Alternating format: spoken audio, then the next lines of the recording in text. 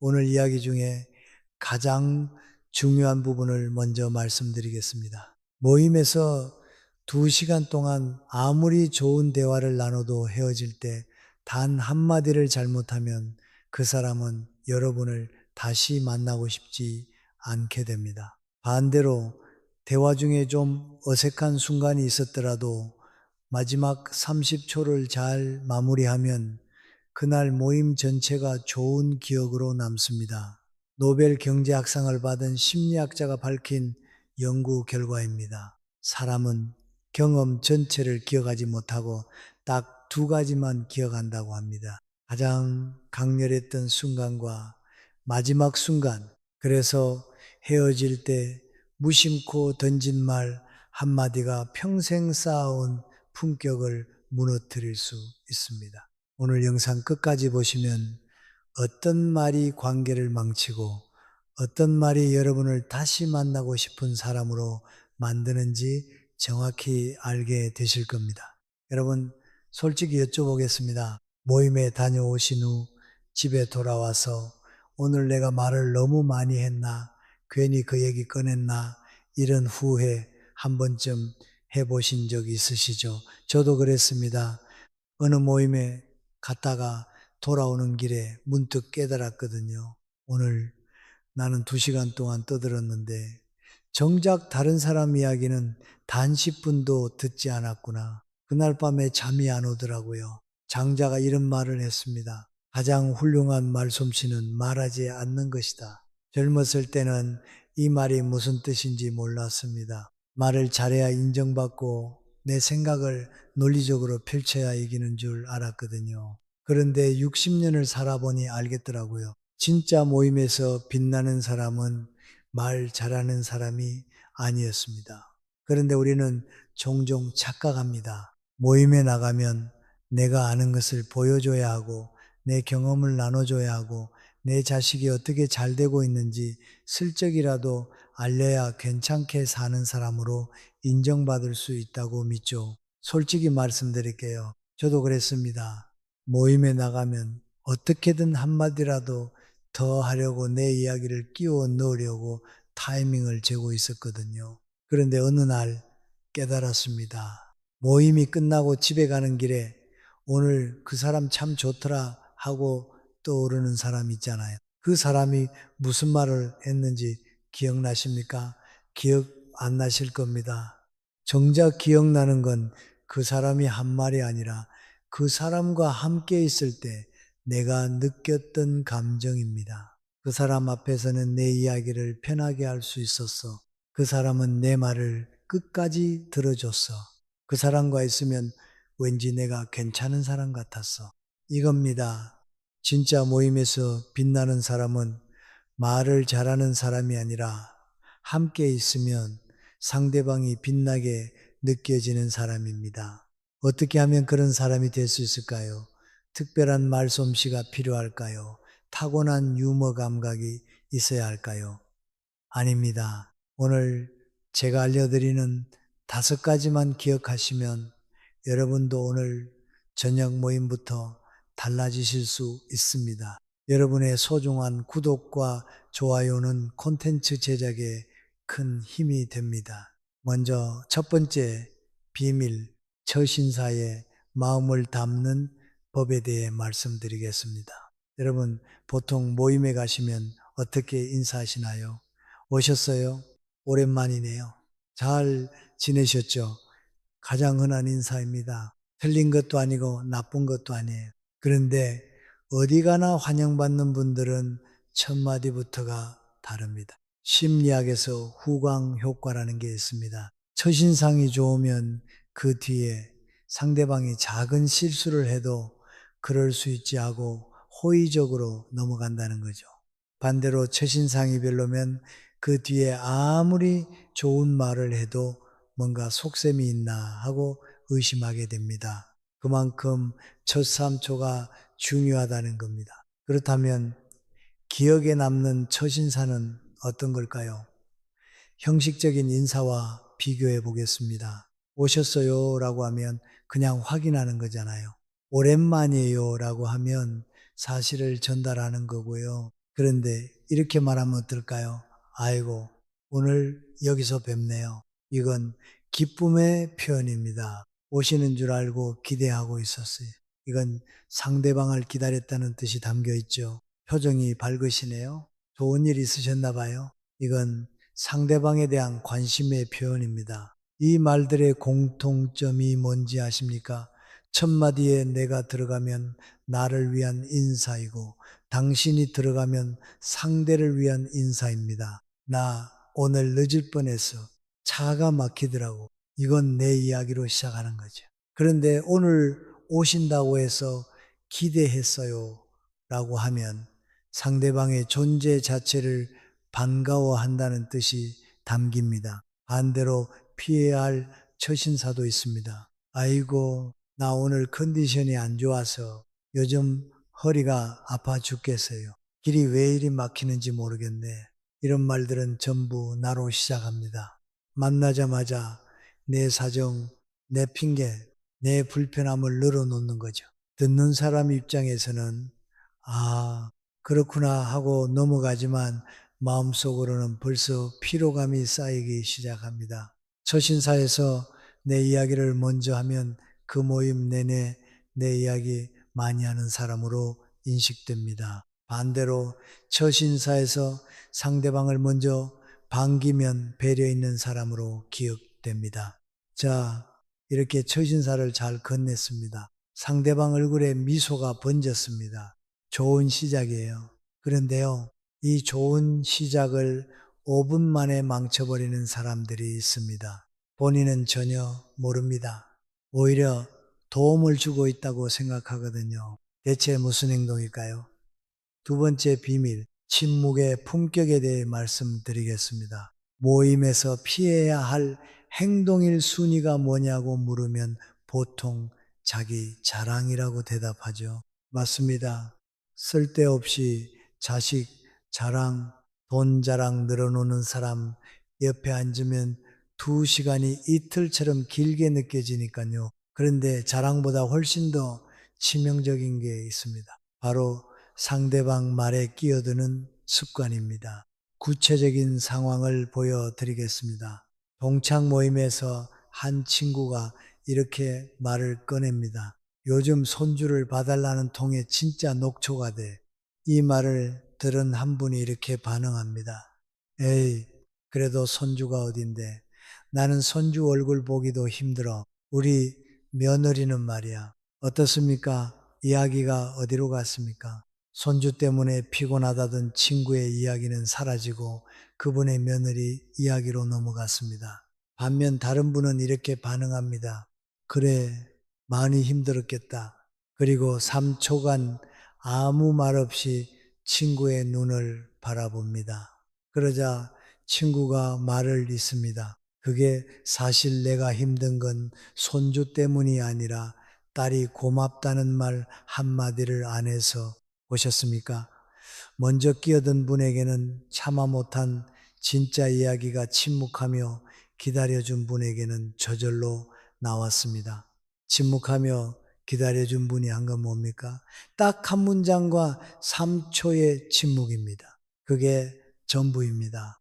그런데 그 3초가 나는 당신 말을 곱씹고 있습니다. 라는 메시지가 됩니다. 사회 심리학에서 과묵한 사람이 더 신중하고 지혜로워 보인다는 연구 결과가 있습니다. 말을 많이 할수록 실수 확률이 높아지고 말의 가치가 희석된다는 거죠. 3초 룰이라는 게 있습니다. 상대방 말이 끝나면 바로 대답하지 말고 3초간 여운을 주는 겁니다. 이 3초가 상대방의 마음 문을 열어줍니다. 주의할 점이 있습니다. 침묵이 관심 없으므로 오해받지 않으려면 눈빛과 표정으로 듣고 있다는 신호를 보내야 합니다. 고개를 살짝 끄덕이거나 그랬구나 하고 짧게 반응하면 됩니다. 말을 줄이되 마음은 담는 겁니다. 모임에 나가면 꼭 이런 분이 한 분쯤 계십니다. 누가 무슨 말을 해도 그건 말이야 하고 끼어든, 누가 여행 이야기를 하면 거기 나도 가봤는데 그 식당 말고 여기 갔어야지. 누가 건강 걱정을 하면 그렇게 하면 안 돼. 내가 해봤는데 이렇게 해야 효과 있어. 본인은 도움을 주고 있다고 생각합니다. 내가 가진 경험과 지혜를 나눠주는 거니까 좋은 일이라고 믿죠. 그런데 듣는 사람들은 어떨까요? 점점 입을 닫게 됩니다. 또 시작이네. 내가 한마디 하면 열마디 하겠지 싶어서 그냥 가만히 있게 되는 겁니다. 결국 대화는 한 사람의 독백으로 흐르고 나머지 사람들은 지쳐서 하나둘 자리를 피하게 됩니다. 자기 결정 이론이라는 게 있습니다. 사람은 스스로 답을 찾을 때 가장 큰 만족감을 느낀다는 거죠. 내가 정답을 줘버리면 상대방은 해결이 아니라 패배를 느낍니다. 더 안타까운 건 자랑하는 사람은 본인이 자랑하고 있다는 걸 어느 정도 알지만 가르치려는 사람은 본인이 도움을 주고 있다고 착각한다는 겁니다. 그래서 멈추지 못합니다. 특히 나이가 들수록 이 점을 더 조심해야 합니다. 60년, 70년을 살아온 분에게 이건 이렇게 하세요 라고 하면은 속으로 어떤 생각이 드시겠습니까? 내가 너보다 오래 살았는데 그것도 모르겠냐? 이런 마음이 드는 게 당연합니다. 그러니 모임에서 품격을 지키고 싶다면 절대 하지 말아야 할 행동은 바로 가르치려는 태도입니다. 그리고 절대 하지 말아야 할 말이 하나 더 있습니다. 내가 틀린 말했어. 이 말이 왜 나쁜지 아십니까? 사실이라고 해서 다 말해도 되는 건 아니기 때문입니다. 대화는 옳고 그름을 가리는 재판이 아닙니다. 마음과 마음이 오가는 통로여야 합니다. 자, 이제 세 번째 비밀로 넘어가겠습니다. 조언 대신 질문하는 법입니다. 그런데 여기서 한 단계 더 들어가 보겠습니다. 침묵만으로는 부족할 때가 있습니다. 상대방이 분명히 뭔가 하고 싶은 말이 있는데 선뜻 꺼내지 못하고 있을 때, 이럴 때 필요한 건 침묵이 아니라 질문입니다. 그런데 질문에도 독이 되는 질문과 약이 되는 질문이 있습니다. 친구가 이렇게 말합니다. 요즘 애들이 연락이 뜸해서. 이때 대부분은 이렇게 반응합니다. 자식들이 다 그렇지 뭐. 바쁘니까 연락할 틈이 없는 거야. 위로하려고 한 말입니다. 그런데 친구 입장에서는 어떨까요? 그래, 다 그렇지 뭐. 대화가 거기서 끝납니다. 친구의 마음속 이야기는 꺼내지도 못하고 묻혀버립니다. 이번엔 다르게 해보겠습니다. 연락이 뜸하면 마음이 어떠세요? 이 한마디면 됩니다. 친구는 아마 이렇게 말할 겁니다. 그게 서운하다기보다는 내가 이제 필요 없는 사람이 된 것 같아서. 보셨습니까? 마음이 어떠세요? 이 6글자가 친구의 진짜 마음을 열었습니다. 조언은 문을 닫고 질문은 문을 엽니다. 또 다른 상황입니다. 친구가 손주 돌봄이 너무 힘들다고 합니다. 이때 딱 그어야지. 안 그러면 계속 이용당해라고 하면 어떨까요? 틀린 말은 아닙니다. 그런데 친구 입장에서는 내 상황도 모르면서 라는 생각이 듭니다. 대신 이렇게 물어보세요. 그 중에 제일 힘든 게 뭐예요? 본인은 어떻게 하고 싶으세요? 이런 질문들은 상대방이 스스로 답을 찾도록 도와줍니다. 그리고 상대방은 내가 존중받았다고 느낍니다. 조언은 너는 모르고 나는 안다는 위계를 만들지만 질문은 당신의 생각이 중요하다는 존중을 전합니다. 위험 신호가 있습니다. 근데 내 생각의 눈으로 시작하는 말은 대부분 조언입니다. 이 말이 입에서 나오려 하면 삼키세요.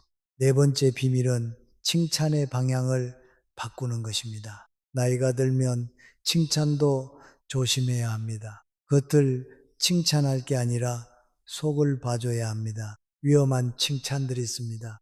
아드님이 검사시라며 대단하시네요.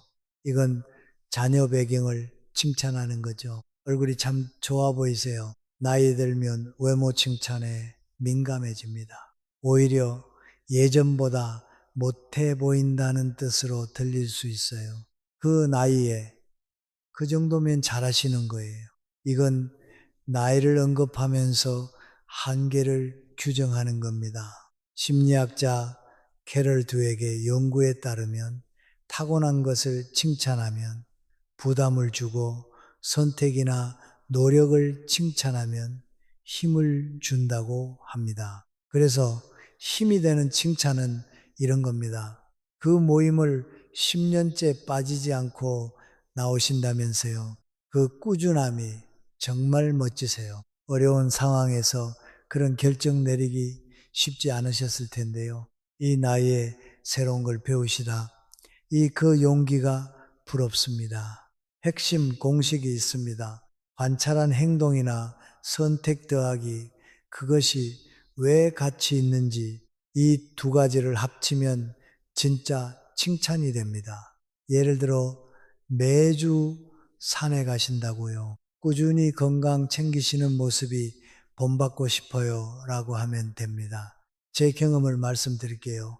제가 글을 쓴다고 하면 책 많이 파셨어요 라고 묻는 분들이 많습니다. 결과를 묻는 거죠. 그런데 한 어르신은 매일 쓰는 게 쉽지 않으셨을 텐데요 라고 하시더라고요. 그 한마디에 오래 힘을 얻었습니다. 결과가 아니라 과정을 봐주셨기 때문입니다. 그리고 외모나 건강에 대한 언급도 조심해야 합니다. 많이 빠지셨네요. 칭찬처럼 들리지만 병 때문에 빠진 것일 수 있습니다. 안 좋아 보이세요는 걱정의 표현이지만 너 참 늙어 보인다로 들릴 수 있습니다. 정말 걱정이 되신다면 요즘 많이 바쁘신가 봐요. 좀 쉬엄쉬엄 하세요라고 돌려 말씀하세요. 마음은 전달되면서 상대의 기분은 상하지 않는 우아한 배려가 됩니다. 다섯 번째 비밀은 비교 대신 호기심으로 물어보는 것입니다. 시니어 모임에서 가장 많이 오가는 질문이 뭔지 아십니까? 자녀들은 뭐하니? 손주는 몇 살이야? 아들은 어디 다녀? 바로 가족 질문입니다. 별 생각 없이 순수하게 궁금해서 물어봅니다. 그런데 이 질문이 때로는 날카로운 칼이 됩니다. 젊었을 때는 다들 비슷비슷했습니다. 아이 키우고 일하면서 바쁘게 살았죠. 그러나 60대, 70대를 넘어서면 각자의 가정 형편은 천차만별로 갈라집니다. 누구는 자식 덕에 효도받으며 웃으며 살지만 누구는 연락이 끊긴 자식 때문에 밤잠을 설칩니다.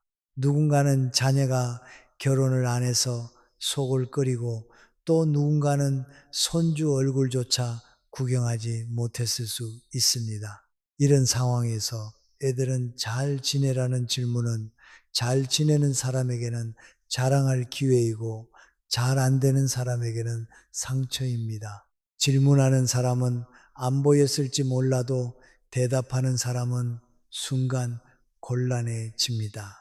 솔직하게 말하자니 창피하고 거짓말하자니 찜찜하고 결국 그럭저럭 지내하고 얼버무리게 되죠. 말은 넘겼을지 몰라도 마음속엔 왜 굳이 저런 걸 묻나라는 불쾌감이 쌓입니다. 특히 최악은 비교가 섞인 질문입니다.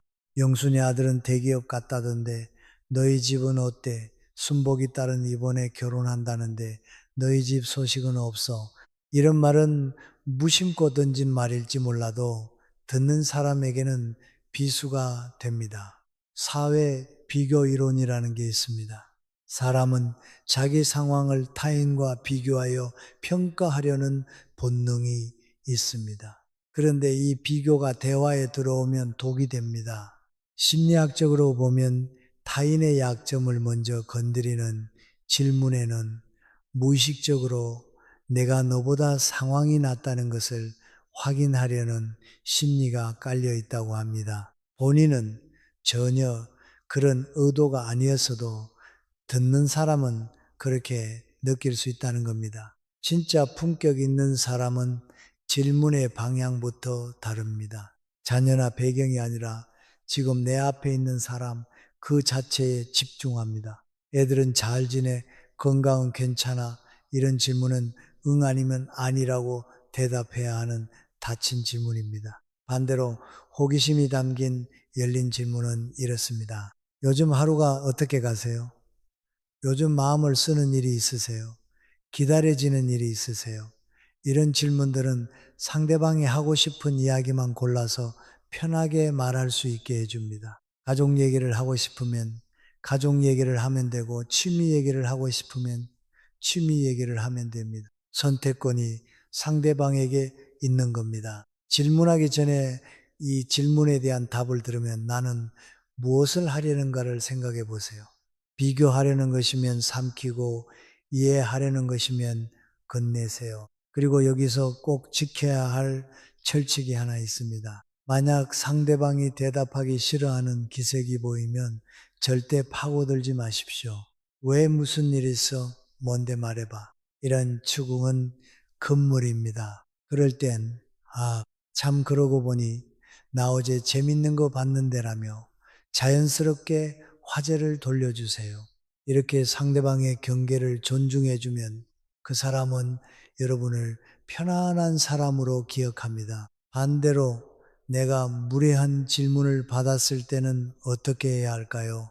무례한 질문에 무례하게 대응하면 내 품격이 떨어집니다. 글쎄요, 저도 잘 모르겠어요라고 부드럽게 회피하거나 그거보다 요즘 이런 게 더 관심이에요라고 자연스럽게 전환하시면 됩니다. 자, 이제 마지막 비밀입니다. 오늘 이야기 중 가장 중요한 부분입니다. 헤어질 때 하는 말 한마디가 그날 모임 전체 인상을 결정짓습니다. 노벨 경제학상을 받은 심리학자 데니얼 카너먼이 밝힌 연구가 있습니다. 피크앤드 법칙이라고 합니다. 사람은 어떤 경험을 기억할 때 전체를 기억하지 못한다고 합니다. 대화가 얼마나 길었는지, 중간에 어떤 사소한 이야기가 오갔는지는 금방 잊어버리죠. 대신 딱 두 가지 가장 강렬했던 순간과 마지막 순간을 기억합니다. 실제로 아주 흥미로운 실험이 있었습니다. 같은 강도의 불편한 치료를 받은 두 집단이 있었습니다. 한 집단은 치료가 끝나자마자 바로 종료했고, 다른 집단은 치료 끝에 살짝 덜 불편한 1분을 추가했습니다. 어느 집단이 치료를 더 힘들었다고 기억했을까요? 바로 종료한 집단이었습니다. 마지막에 덜 불편한 시간을 추가한 집단은 치료 전체를 덜 힘들었다고 기억했습니다. 모임도 마찬가지입니다. 2시간 동안 좋은 대화를 나눴더라도 헤어질 때 인상이 좋지 않으면 기억은 한순간에 부정적으로 바뀝니다. 반대로 중간에 조금 어색한 순간이 있었더라도 마지막을 잘 마무리하면 그 모임은 참 좋았던 자리로 남습니다. 그렇다면 여러분은 평소 어떻게 헤어지십니까? 다음에 또 봐요. 들어가세요. 조심히 가세요. 보통 이렇게 말씀하시나요? 물론 나쁜 인사는 아니지만 평범해서 기억에 남지 않습니다. 어디 가나 환영받는 분들이 헤어질 때 반드시 하는 말이 있습니다. 오늘 이야기가 마음에 오래 남을 것 같아요. 이 말이 왜 그토록 강력할까요? 첫 번째는 상대방을 주인공으로 만들어주기 때문입니다. 오늘 재미있었다가 아니라 오늘 이야기가라고 했습니다. 상대방이 한 이야기가 소중했다는 뜻이 담겨 있죠. 둘째는 마음에 오래 남을 것 같다는 건 그만큼 그 시간이 의미 있었다는 뜻입니다. 여기에 덧붙이면 더욱 빛나는 표현들도 있습니다. 다음에 만나면은 말씀하신 그 책 이야기 더 듣고 싶어요. 건강히 계셔야 저도 자주 뵐 수 있잖아요. 다음에 말씀하신 그 등산 코스 같이 가봐요. 이 표현들의 공통점이 보이시나요? 내가 좋았다는 자랑이 아니라 당신 덕분에 행복했다는 메시지를 전하는 겁니다. 그리고 다음이 들어가 있습니다. 다음을 심으면 오늘의 만남은 끝이 아니라 새로운 만남의 시작이 됩니다. 반대로 우리가 무심코 내뱉지만 그날의 노력을 물거품으로 만드는 마지막 인사도 있습니다. 아이고, 이제 너무 피곤하다. 빨리 가서 쉬어야지. 다음엔 좀 짧게 합시다. 너무 길었네. 본인은 그냥 솔직하게 말한 건데 듣는 사람은 내가 지루하게 했나, 내가 너무 붙잡았나라는 씁쓸한 기분으로 발길을 돌리게 되죠.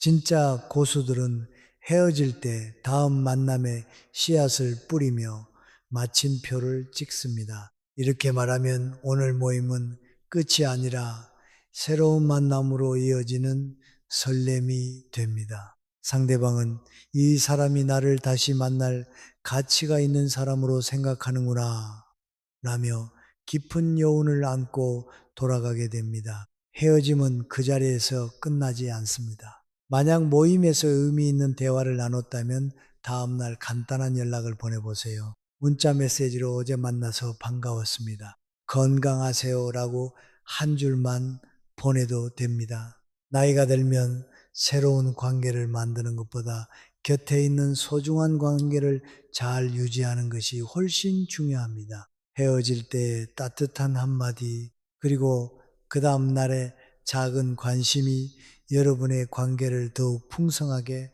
만들어 줍니다. 피크 앤드 법칙을 기억해 주세요. 여러분이 찍은 그 우아한 마침표 하나가 여러분을 다시 만나고 싶은 사람으로 만들어 줄 것입니다. 여러분, 나이가 들면 말 한마디 한마디에 무게가 실립니다. 그 무게를 상대를 가르치거나 억누르는데 쓰지 마십시오. 대신 상대를 품어주고 지지해주는 힘으로 쓰시기 바랍니다.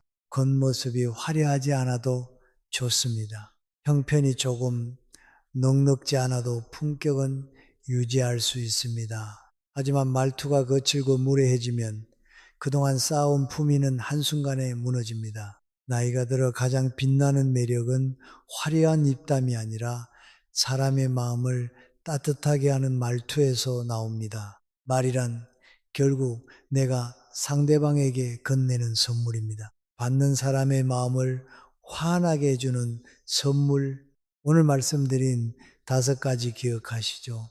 처신사의 마음을 담을 것, 말을 줄이고 침묵의 품격을 지킬 것, 조언 대신 질문할 것, 겉이 아닌 선택과 노력을 칭찬할 것, 그리고 헤어질 때 다음을 심을 것.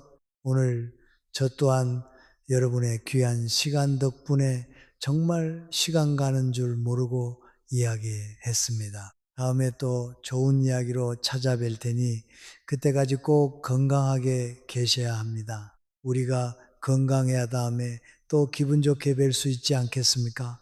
꼭 건강하십시오. 여러분의 모든 만남이 따뜻한 기억으로 남으시길 진심으로 바랍니다. 시청해 주셔서 감사합니다.